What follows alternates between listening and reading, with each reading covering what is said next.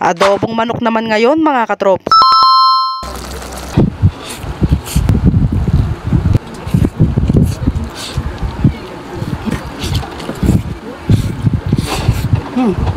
So dahil meron nga tayong katrops na nagre-request na magmukbang nga daw ako ng adobong chicken, kaya naman heto na. Nasakto kasi na ako na nga yung pinagluto ng ulam, kaya naman itong manok inadobo ko na lang. Nag-crave din kasi ako sa ganitong klase ng ulam.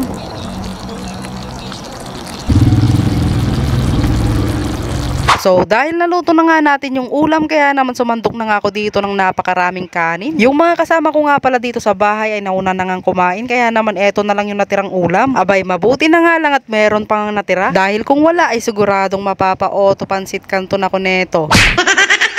Ayan, kuha tayo ng maraming sarsa dahil masarap yan iano sa kanin. So ayun mga katrops, ayan, tara kain na tayo. Ito na yung niluto kong adobong manok. Yan o. Shoutout nga pala sa katrops natin na nag-request nito. Bale, meron nga pala ako ditong ginawang chicken oil. Ayan o. Buhusan natin ito mga katrops. Ano? Pampagana. Yan. First bite.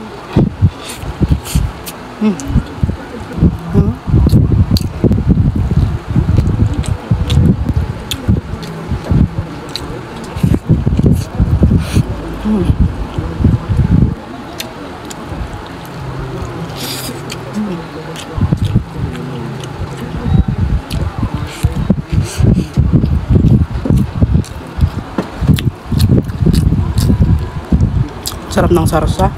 Sarsa pa lang, ulam na. Ano?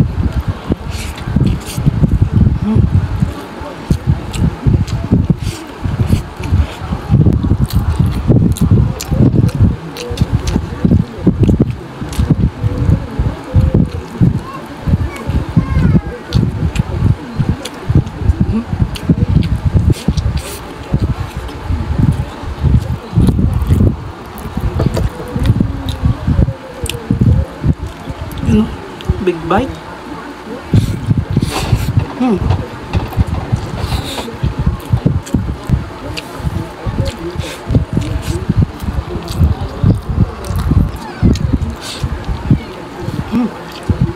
Sarap ng salsa. Promise, walang halong biro.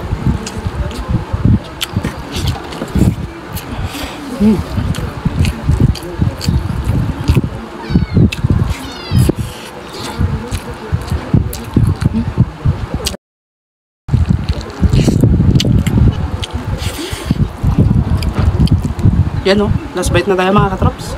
So paano ba yan mga katrops? Hanggang dito na lang itong aking vlog. Huwag niyo rin po palang kalimutan i-like and share itong aking video. Maraming salamat sa panonood. Bye bye!